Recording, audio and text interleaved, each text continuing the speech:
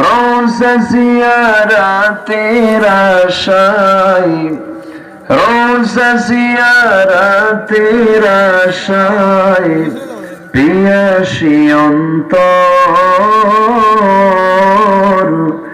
যেথায় আমার প্রিয় নবী ঘুমায় নিরন্তর আল্লাহুম্মা সাল্লি আলা সাইয়্যিদিনা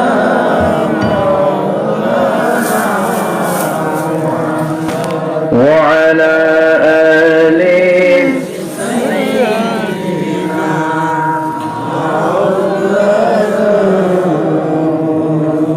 সবাই বলুন বালাগাল উলা বিকামালিহি كشف التجى بجماله حسنت جميع خصاله صلوا سراج الملة تمهي فخر دو عالم दिलबार मौला हो शरीफुल अंबिया नस्खा कुल अदियान देगर हो बलगल उला बिकमालिही कशफत तुजा بجماله حسنت جميع خصاله صلوا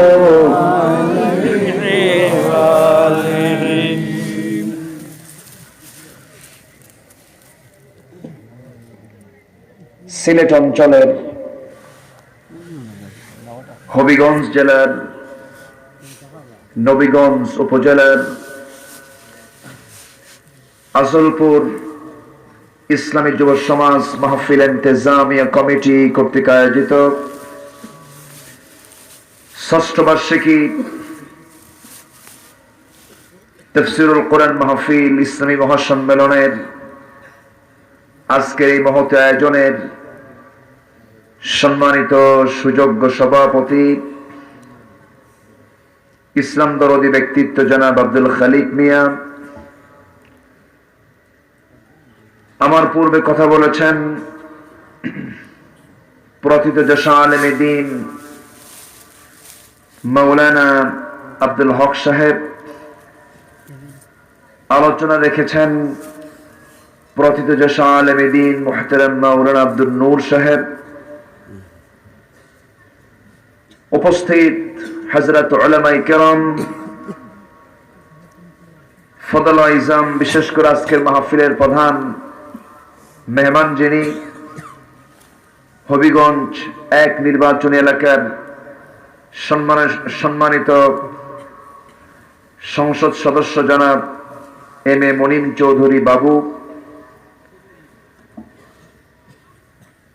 উপস্থিত সুশীল সমাজ শিক্ষক মণ্ডলী সাংবাদিক বৃন্দ প্রশাসনের দায়িত্ব নিয়োজিত কর্মকর্তা বৃন্দ সামনে উপস্থিত আজকের মাহফিলের প্রধান আকর্ষণ দূরে ও কাছের বিভিন্ন স্থান থেকে আগত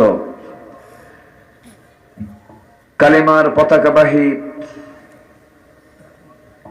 তাওহীদের ঝান্ডাবাহী দ্বীন ইসলামের নরসারুদুল বীর মুজাহিদ সম্মানিত প্রাণ প্রিয় দ্বীনি ভাইরা আড়ালে বসে আছেন এলাকার সম্মানিতা সরল মনা সর্বগুণে গুণান্বিতা মা বোনেরা আলোচনার সূচনায় আনুষ্ঠানিকতার মধ্য দিয়ে আমার পক্ষ থেকে আবারও হৃদয় নিংড়ানো প্রাণ উজাড় করানো সালাম আসসালামু আলাইকুম ওয়া রাহমাতুল্লাহি তাআলা ওয়া বারাকাতুহু। ওয়া আলাইকুম আসসালাম।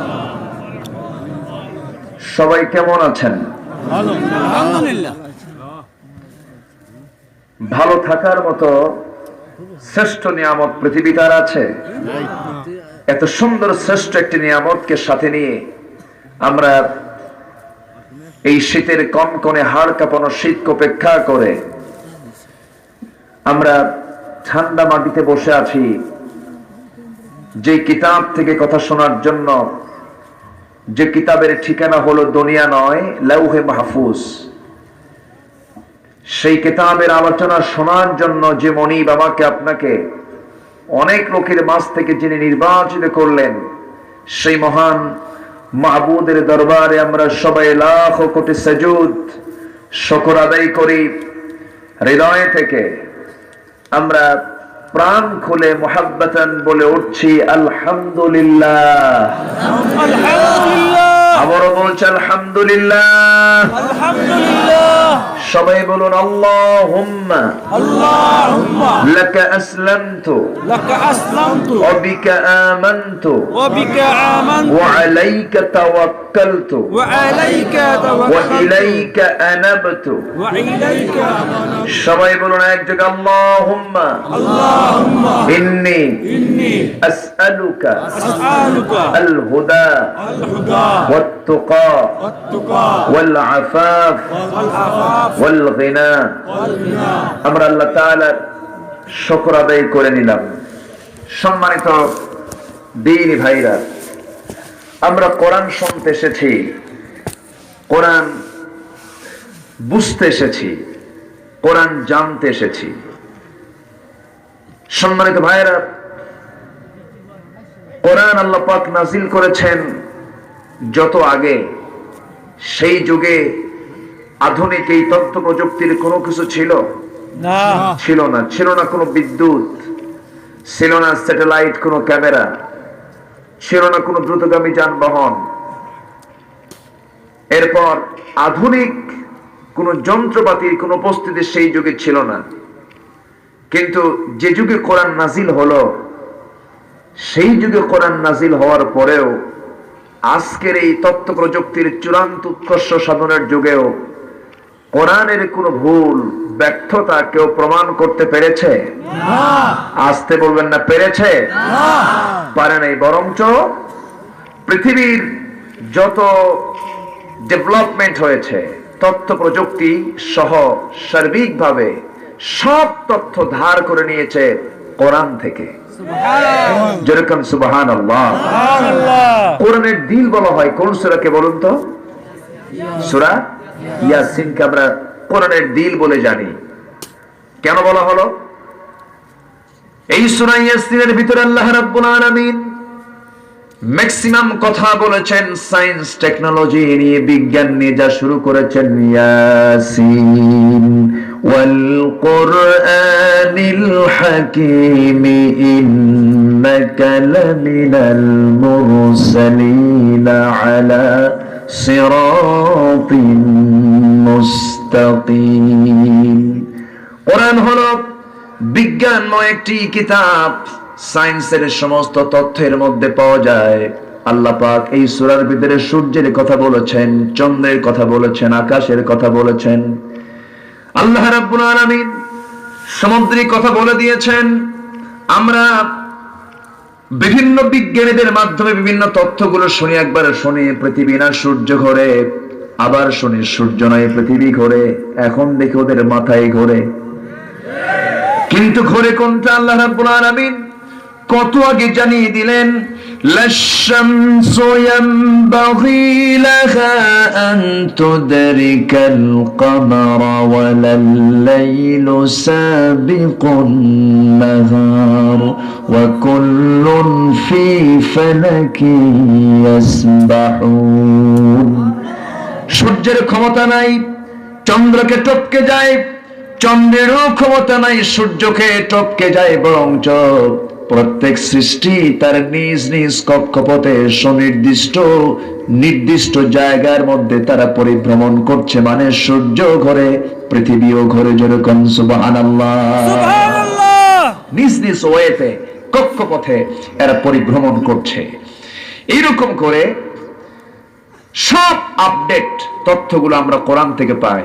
আকাশে বিমান ওড়ে, এই তথ্য নিয়েছে সূরা ফিল থেকে। আলহামদুলিল্লাহ, আল্লাহ রাব্বুল আলামিন জানিয়ে দিলেন কত আগে বিমান কেমন আকাশে ওড়ে। দেখেন আল্লাহ রাব্বুল আলামিন বলেন, আলাম তারা কাইফা ফাআলা রাব্বুকা বিআসহাবিল ফিল আলাম ইয়াজআল কাইদাহুম ফি তাদলিল وأرسل عليهم طيرا أبابيل ترميهم بحجارة من سجيل فجعلهم كعصف مأكول جربون الله أكبر أصحاب الفيل جرب হস্তি বাহিনী তারা ভাঙতে এসেছিল কার ঘর?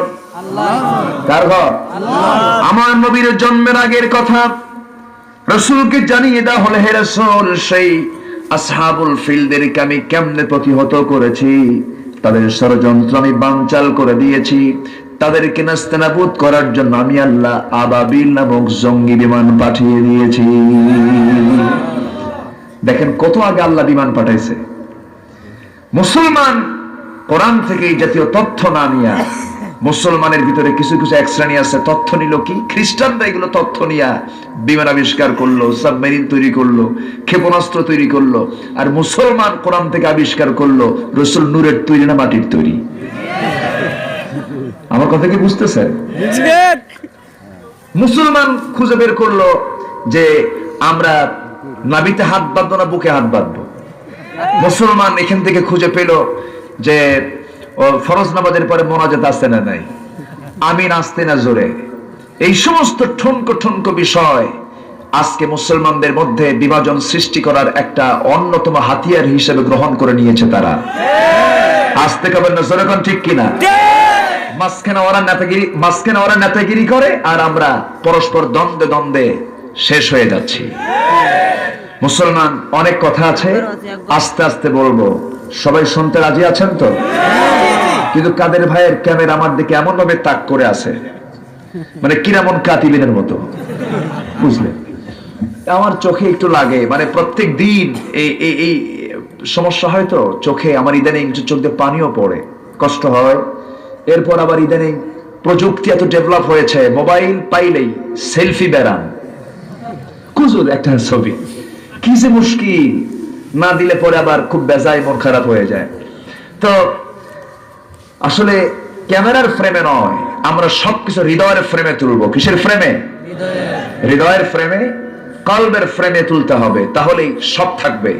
কোরআন নাজিল হয়েছে মাথায় না দিলে? নাযালনা আলা কলবিকি, রাসূল আমি আপনার দিলের উপরে কোরআন নাজিল করেছি। কোরআন বুঝবো আমরা কি দিয়া? দিল দিয়া। কি বুঝবো? কি দিয়া? আর যারা মাথা দিয়ে বুঝতে চায় তারা কোরআন থেকে কিছু বোঝে না। ওরা বলে এটা ধর্ম, এটা একটা জঙ্গিবাদের কিতাব, ওরা বলে এটা ধর্মীয় কিতাব, ওরা বোঝে না। এই সমস্ত কথাগুলো তারা বলে। অনেক কথা আছে, আস্তে আস্তে করে বলবো, শুনতে কষ্ট হচ্ছে না তো? জোরে বলুন ইনশাআল্লাহ। ইনশাআল্লাহ। আর জোরে বলুন ইনশাআল্লাহ। আমি আলোচনার সূচনায় তেলাওয়াত দিয়ে শুরু করেছি যে সূরা থেকে, সেই সূরাটার নাম হচ্ছে সূরাতুল কালাম। সূরাতুল কালাম। কালাম মানে কি? কলম। কলম। কালাম মানে কি? কলম। তাহলে কলম শব্দটা কি? আরবি। বাংলা না আরবি? বাংলা না আরবি? তাহলে বাংলা শব্দের মধ্যে আরবি আছে না নাই? আছে। এই যে দেখতে পাচ্ছেন টেবিল সামনে, এই টেবিল ইংরেজি শব্দ টেবিল, এটার আরবি হচ্ছে তাফিলাহ, মানে টেবিল। তাহলে এটার মূল শব্দ কি? আরবি। পৃথিবীর প্রথম ভাষাটা কি? আমাদের আব্বাজান যিনি জান্নাতে ছিলেন তার ভাষা কি ছিল? আরবি। আসতে বলবেন, কি ছিল? আরবি। আরবি ছিল।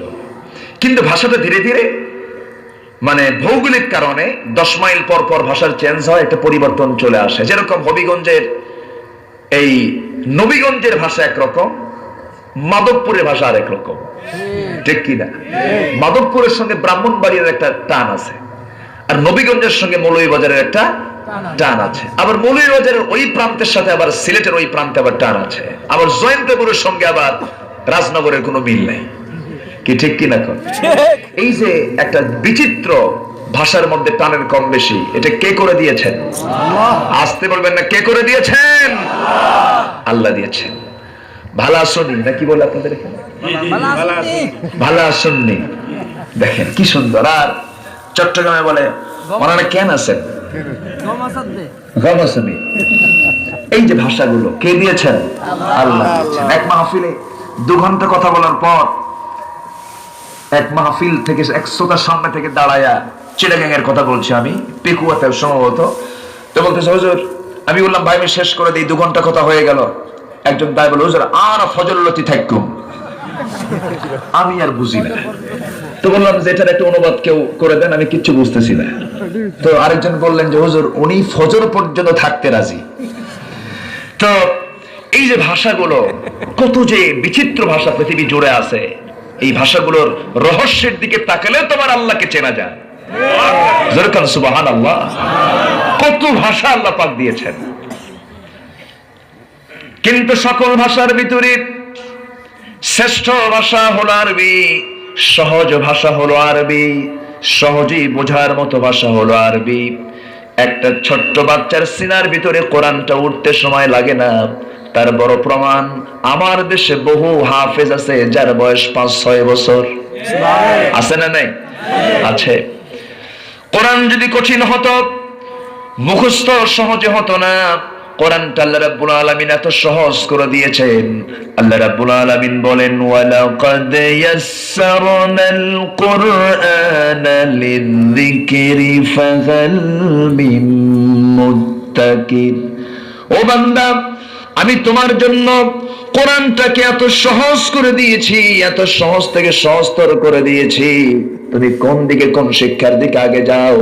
তোমার প্রথম সবকটাকে কোরআন নিয়ে নাও, তোমার দিলের মধ্যে নাস্তিকের চিন্তা আসবে না। গ্রামের মানুষ শীতের কালে রাতের বেলা ভাত খাওয়ার পরে কিছু ভাত পাতিলের তলে বেঁচে যায়, সকালবেলা সেই ভাতটা কি করে? খায় না? ওই ভাতটাকে কি ভাত বলে? পান্তা না, শীতকালে। শীতকালে পান্তা তো পানি সহ, ঠান্ডা ভাত, বিরান বিরান বিরান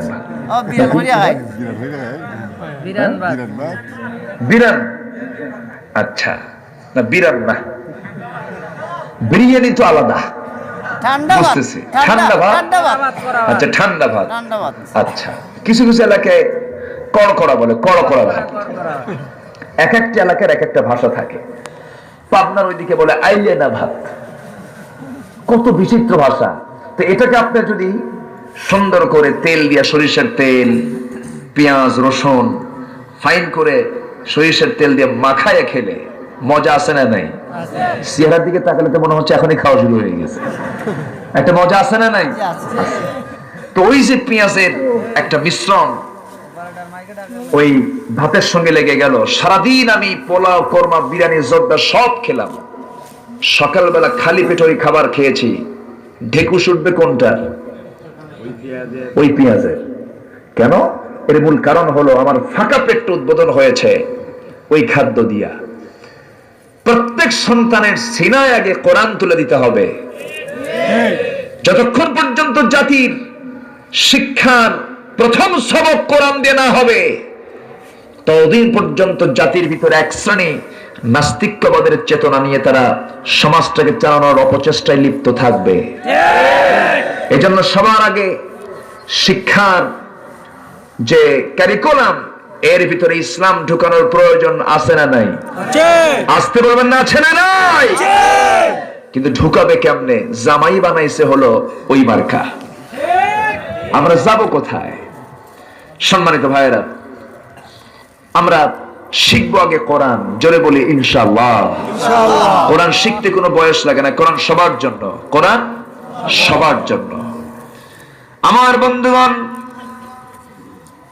আল্লাহ রাব্বুল আলামিন সূরাতুল কালামের শুরুতে সুন্দর করে জানিয়ে দিলেন, নুন ওয়াল কলামি ওয়া মা ইয়াসতুরুনা মা আনতা বিনি'মাতি রাব্বিকা বিমাজনুন ওয়া ইন্না লাকা লাআজরান গায়রা মামনুন وإن لك لأجرا غير ممنون وإنك لعلى خلق عظيم فستبصر ويبصرون بأيكم المفتون জোরে বলুন আল্লাহু আকবার। আল্লাহু আকবার। এই সূরাটা রাসূলকে উপহার দেওয়া হয়েছে মক্কার মাটিতে।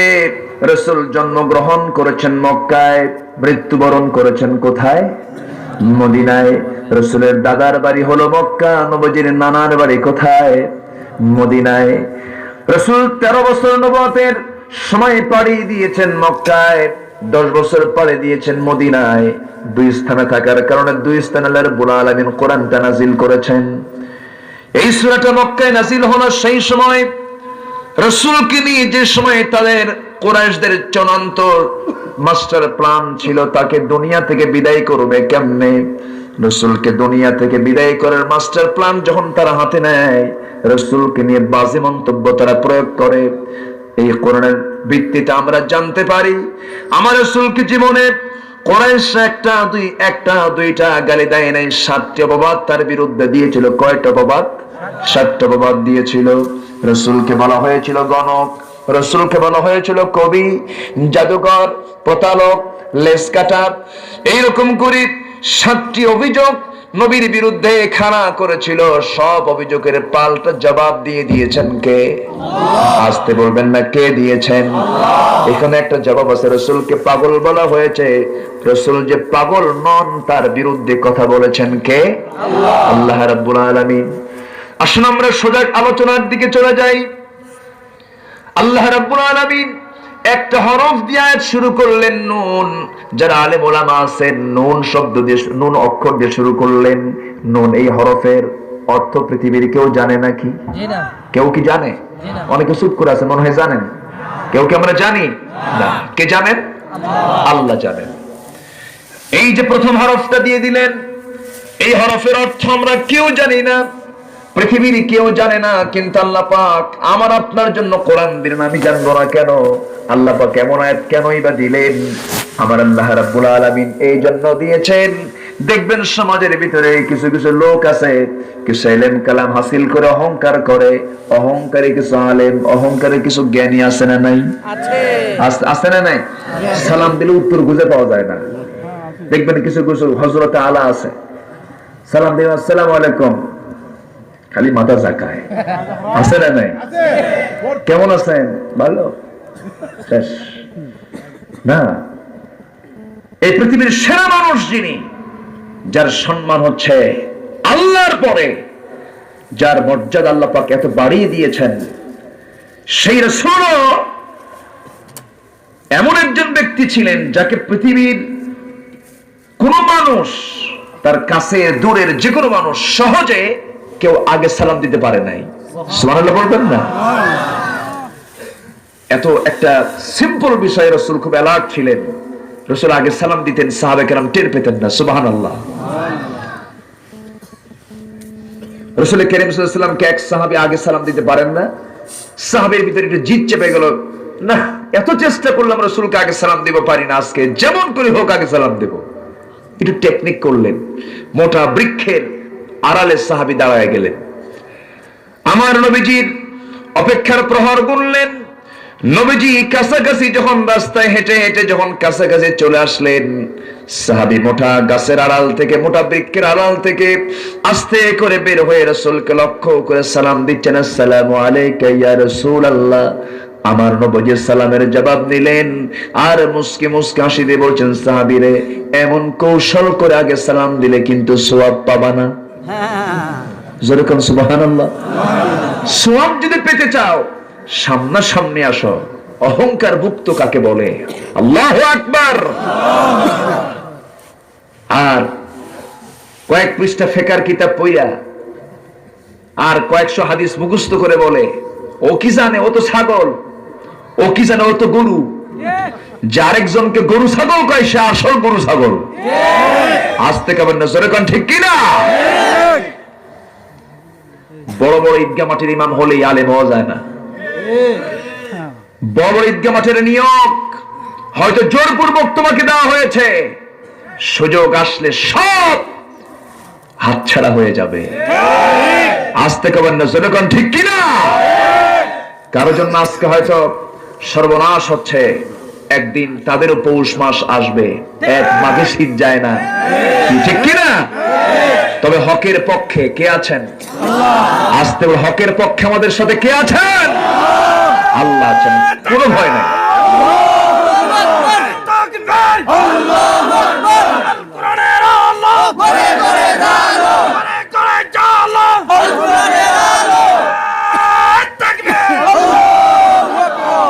আবার কিছু যোগ দিয়েছে জংলাতুল জংলারা, আছে না?